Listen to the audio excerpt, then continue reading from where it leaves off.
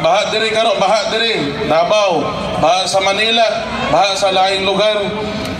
Karon mga panon makulbaan nako kay ang gobyerno may na lang naadira si Senator Marcoleta, may na lang natay mga ahensya sa gobyerno na ginapangutana asa din adto ni mga flood control project.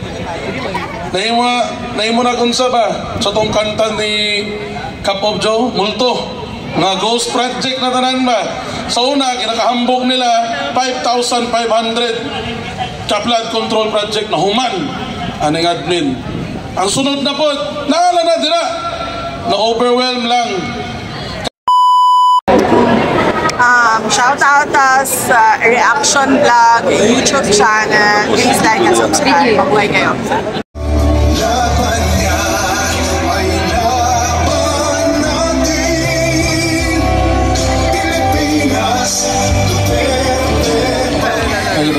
Kaya na ninyo diri nahigabi inyo ang tanan. Di ka naman diri so no si atong incumbent Vice Mayor si Rodrigo Duterte, nakitaan ba ninyo sa kaniya? Yes! Ginaw mo? Duldo ra ba mignaw? Super! Sakto-sakto lang. Dati mo nag-template, ginasundog lang ba? Kaya ako walang template, medyo dagko-dagko lang akong template. Amot nga, no? Hilig kayo ko na diri mo pagkaon na may magulong pagkaon diri sa Davao, tama ba? Hindi mo pagkaon ba? Nasa kaya ba? Isa naman yung istorya ni pagkaon naman eh. Nakakuha lang. Small lang ginagawa ang gingon niya ganiya na salamat kay ko sa inyo kay grabe ko din yung kalaba tong ilang mayor si President Rodrigo Roa Duterte. Thank you tayo na nagapadayon mo pakampo saya unta. September na mag-yun next month, nakakakusok na ngangin. Mahalata na itong template. So next month, September na punta na next month, mga tuman may poon, kung matagaan may oras sa ICC, mga tumigig na dito karon akong kamahan, si BP Sara, akong auntie, si Kitty, nasa latanan dito karon. Kami, muapas may, ako kami sa akong igsoon. Matagaan may oras, pakita na ako ni siya kung masingit na ako kung cellphone. Kung dili, i-print na lang na ako ni, nagpa-picture man ko sa crowd diri karon na lo, ginahulat na gitkarin nila tanan. Tama ba? Gusto na gini niyo muli na siya. Ay ako mayon karon na basta aning panahon no. Napansin mo. Grabe, baha diri karon, baha diri Davao, baha sa Manila, baha sa laing lugar. Karon mga panahon makulbaan nako kay ang gobyerno may na lang naadira si Senator Marcoleta, may na lang natay mga ahensya sa gobyerno na ginapangutana asa din adto ni mga flood control project. Nahimo na kunsa ba sa tong kanta ni Cup of Joe, multo nga ghost project na tanan ba. Sa una ginakahambog nila 5,500 sa flood control project na human aning admin. Ang sunod na po naala na dira na overwhelm lang. Karon wa raman niya maski wa man day na human maski isa karon magayon pa ta tasuko nako mawala na yung tubaga.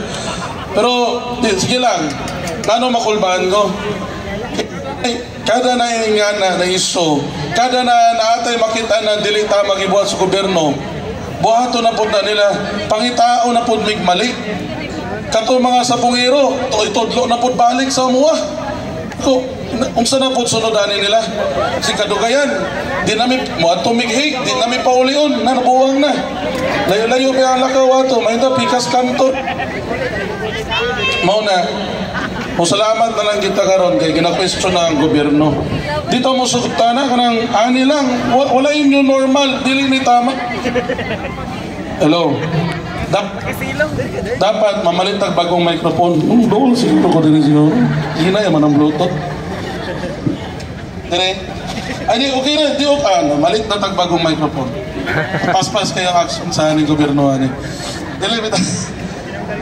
dapat na dita mo sugot nga nilang dapat na ay accountability samot na kung ang ginapagstoryahan ani ang bilyon, dili bilyon, ang trillions na kwarta sa bayan. Inyo ang kwarta, tuwang kwarta. Ang Davao, mao man ang pinakadagko nakadawat sa atong tax return man karon, di ba? Kabalo mo na? Sa tibuok Pilipinas, 10 billion ang Davao. Kaya ano, kita pinakatarong na taxpayer sa tibuok Pilipinas. Palakpakan ninyo yung mga sarili. Anak taga-responsibilidad. Anak taga-responsible na mga tao. Kita ang second cleanest. Kita pa ang second cleanest ni sa Southeast Asia, ha?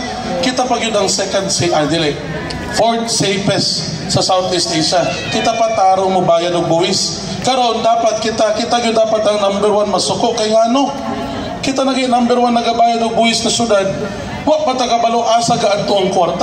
Nawa na nagabaha mong ganin dira karon, baha ba na? O baha mong ganin dira ron, no? Pagpadulungay na dire. Sa Manila karon baha. Ambot asa pa lugar sa Pilipinas ba? Sigurado daghan kay na. Kaya wala na multo na ghost project. Mao na palakpakan po nato ato mga Duterte na senators kay sila gagugod ana karon. Palakpak po mo, grabe mo. Makitaan po na nila, ginapidyo ba mo, kita na nila. Napabawa na si San Marcoleta, sila man ang grabe mo go. Second po, danay, unta, mahatag na itong interim release ni PRD. At least lang man, kung naalang man sa duulan diri sa Davao, kato-ato punta siya. Pero ang tinood lang noon, muli na siya diri sa Davao, no? Tamo, balik na sa pagkamayor ba? Mao magiratong gusto tanan.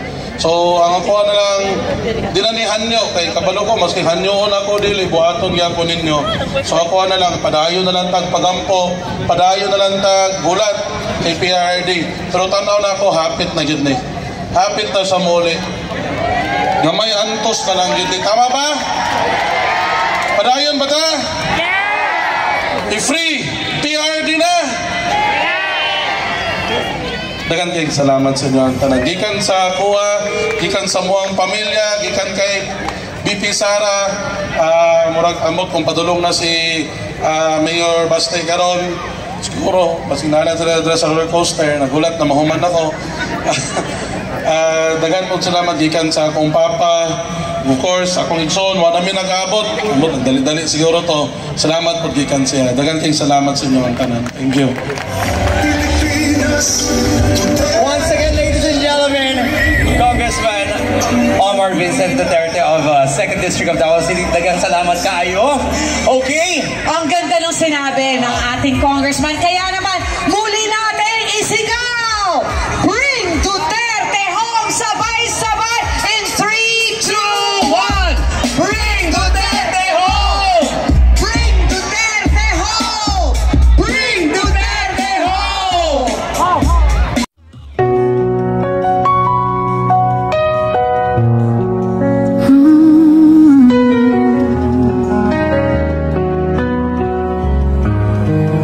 Sa bawat laban, ikaw ang nauna. Tinig mo'y sigaw ng masa. Ngayong ikaw ay hinahatulan ng dayuhang walang alam. Sino ba ang nagmalasakit? Siya ngayon'y pinapahirap.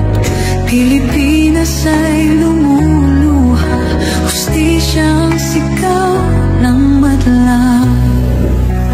Tatay, di ko hindi ka nag-iisa. Milyon-milyong puso ang kasama. Ang bayang minahal mo ng tapat, hindi kailanman lilimot sa iyong hirap.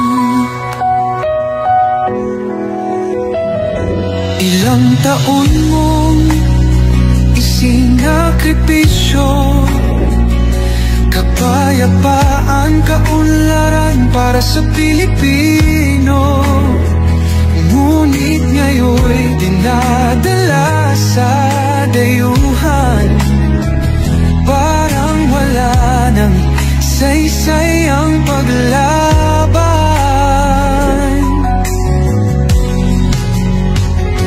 Sino pa ang nagmalasakit?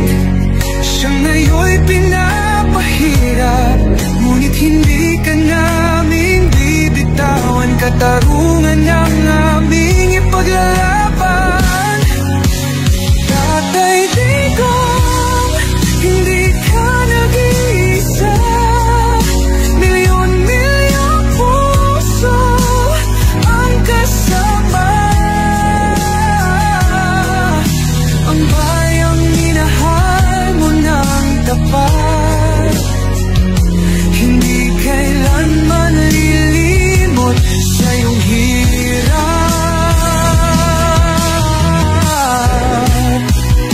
Sa bawat dasal, pangalan mo'y kasama.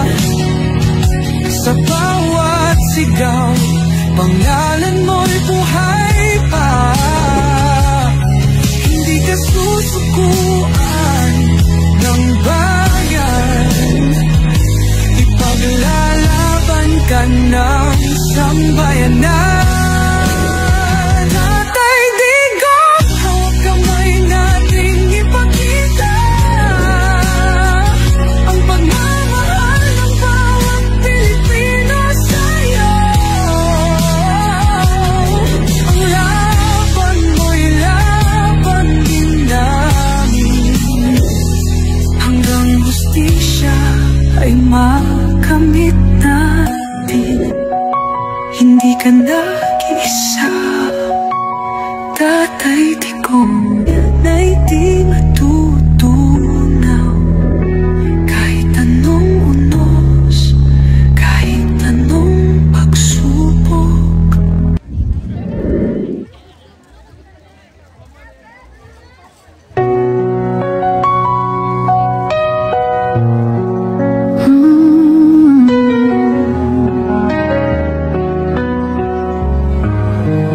Sa bawat laban, ikaw ang nauna. Tinig mo'y sigaw na masa.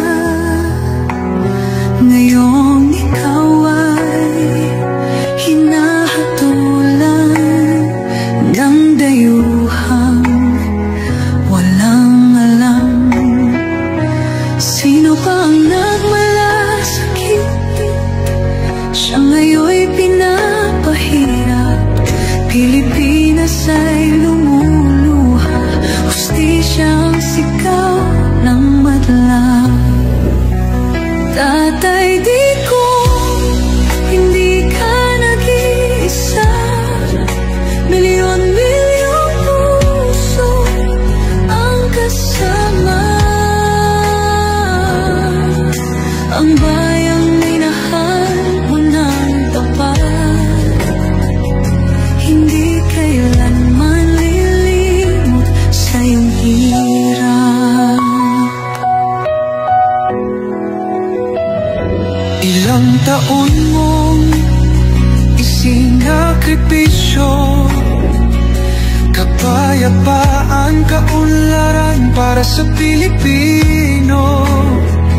Ngunit ngayon'y dinadala sa dayuhan. Parang wala nang saysay ang paglaban.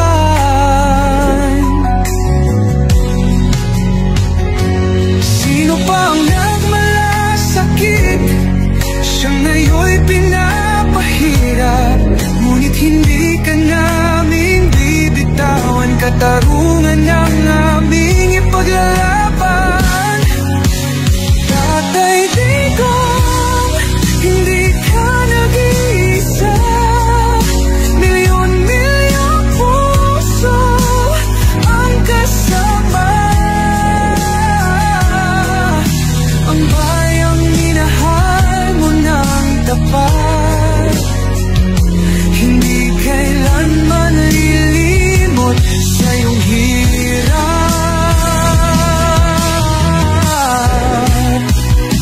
Sa bawat dasal, pangalan mo'y kasama.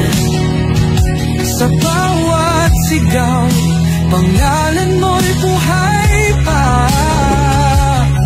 Hindi ka susukuan ng bayan, ipaglalaban ka ng sambayanan.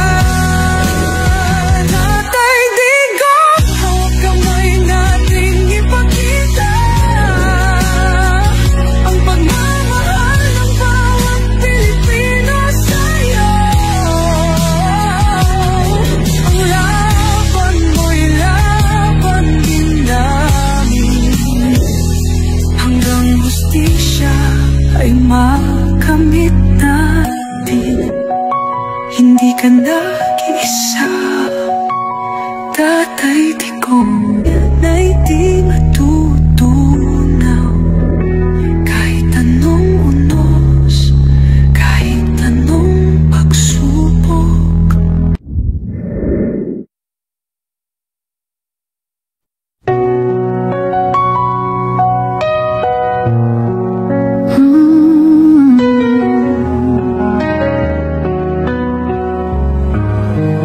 Sa bawat laban, ikaw ang nauna. Tinig mo'y sigaw ng masa. Ngayong ikaw ay hinahatulan ng dayuhang walang alam. Sino ba ang nagmalasakit? Siya ngayon'y pinapahirap. Pilipinas ay lumuluha. Hustisyang sigaw ng madla. Tatay Digong, hindi ka nag-iisa. Milyon-milyong puso ang kasama. Ang bayang minahal mo ng tapat, hindi kailanman lilimot sa iyong hirap. Ilang taon mong isinakripisyo, kapayapaan, kaunlaran para sa Pilipino. Ngunit ngayon